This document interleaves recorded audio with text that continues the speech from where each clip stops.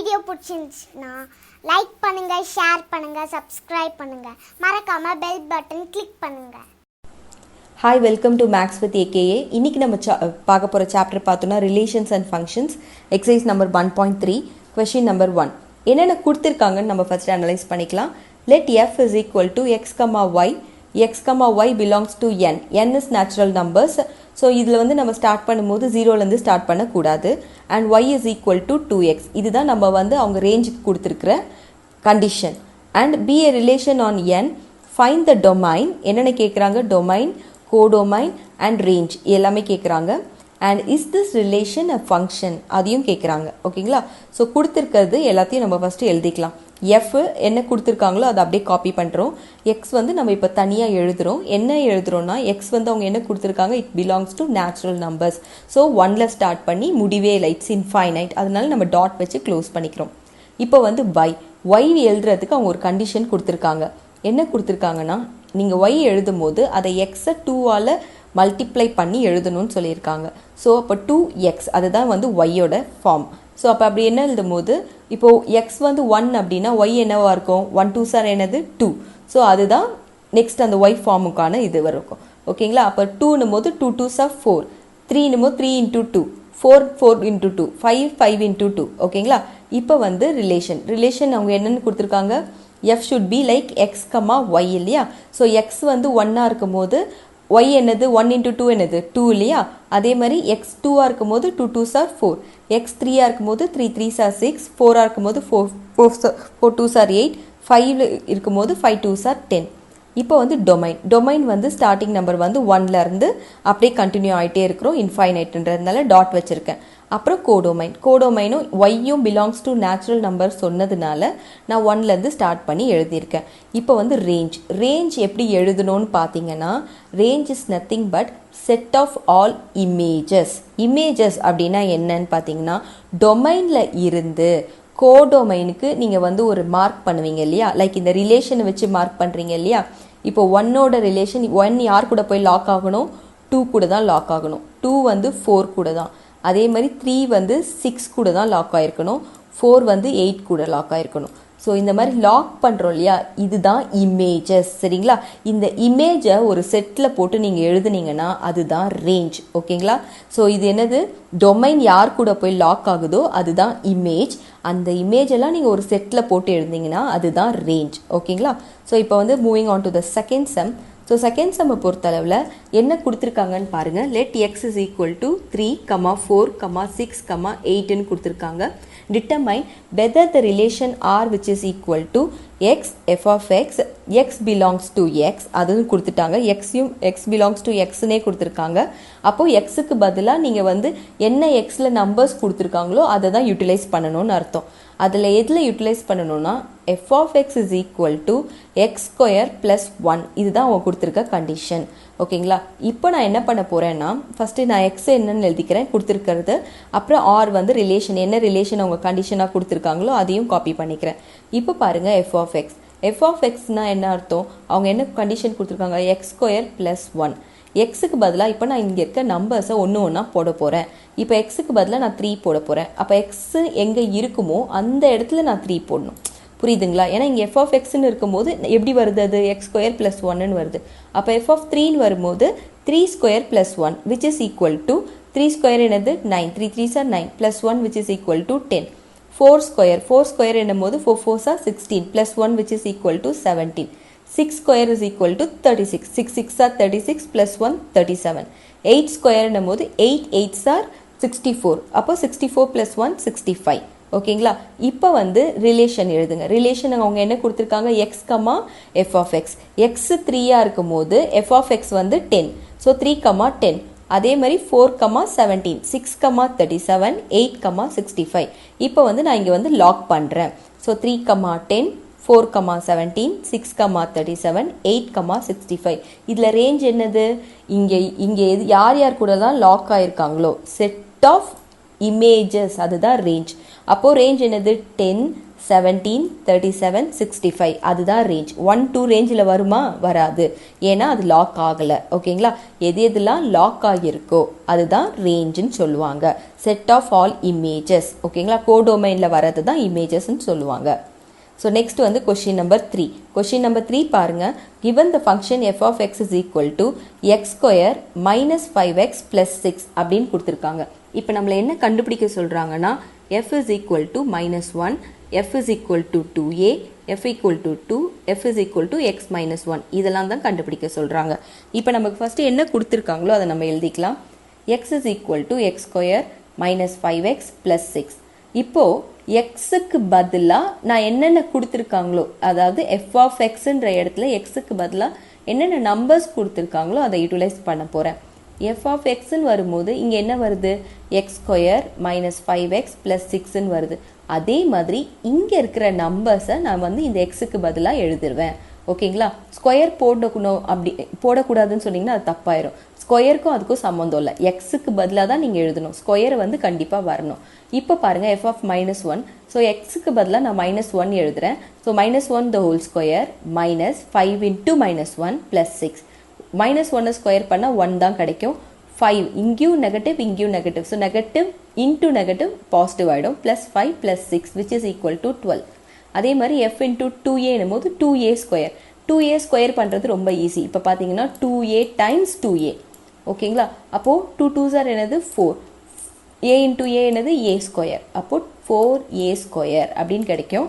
So 4a square minus 5 into 2 10, 10a plus 6. 4 into 2னும் போது 2 square. இங்கே எக்ஸுக்கு பதிலாக 2 போடுறோம் இல்லையா? 2 square minus 5 into 2 plus 6. 2 square வந்து 2 2s are 4 மைனஸ் 10 ப்ளஸ் 6. அப்போ வந்து ஆல்டுகெதராக 0 கிடச்சிரும்.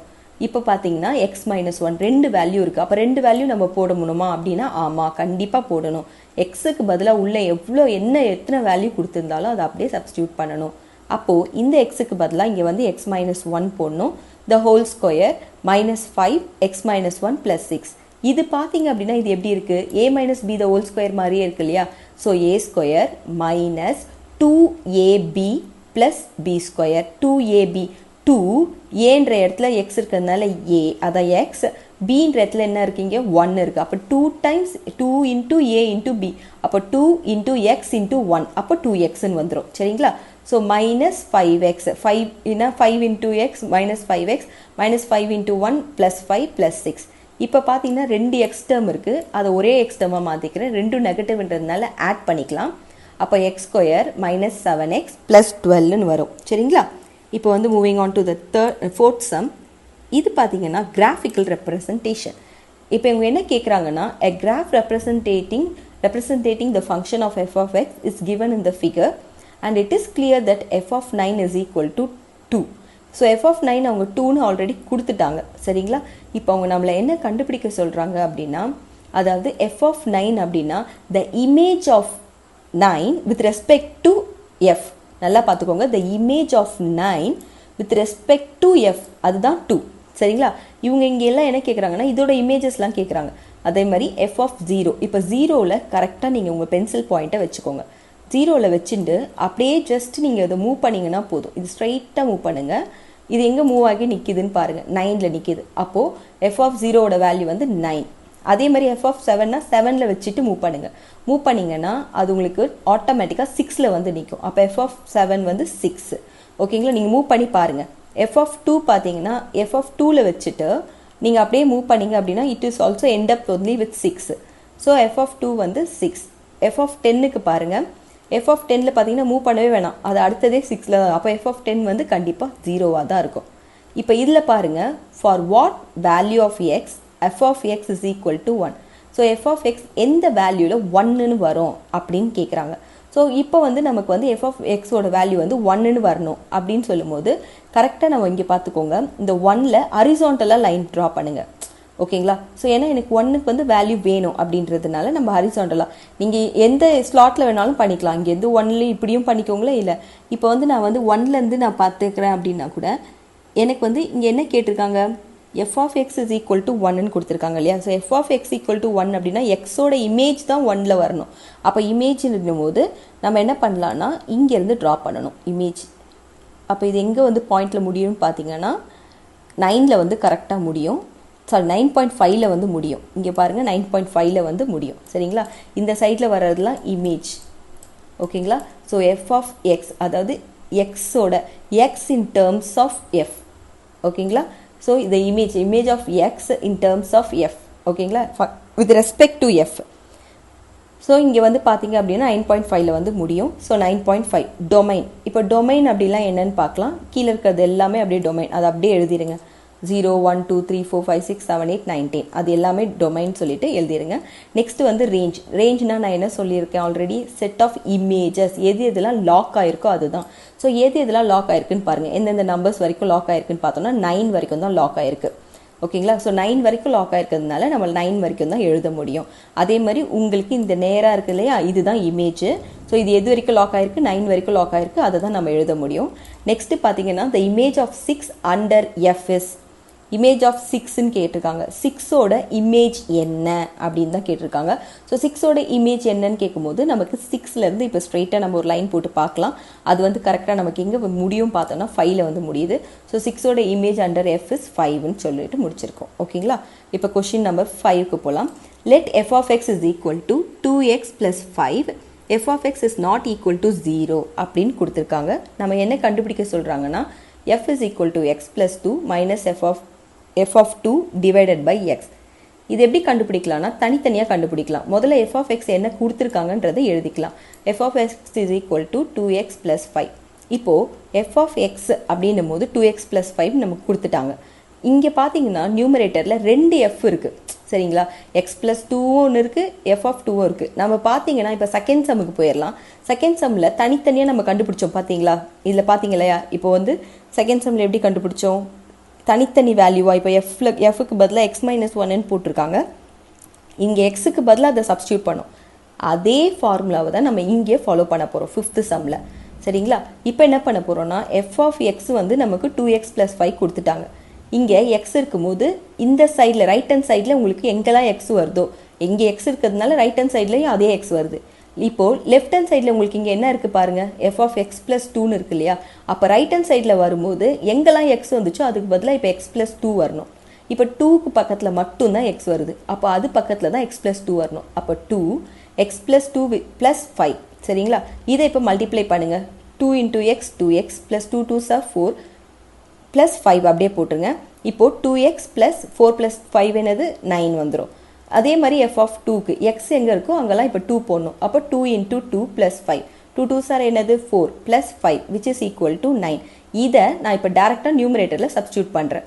அதாவது f of x + 2 minus f of 2ன்ற இடத்துல எஃப் ஆஃப் எக்ஸ் + 2க்கு நான் என்ன கண்டுபிடிச்சிருக்கேன், 2x + 9 கண்டுபிடிச்சிருக்கேன். எஃப் ஆஃப் 2ன்ற இடத்துக்கு பதிலாக 9 கண்டுபிடிச்சிருக்கேன். அதை இங்கே சப்ஸ்டியூட் பண்ணுறேன். 2x + 9 - 9 divided by x +x - x +9 - 9 cancel ஆகிடும். எக்ஸும் கேன்சல் ஆகிடும். அப்போ ஆன்சர் பார்த்தீங்கன்னா வெறும் 2 மட்டும்தான். ஓகேங்களா?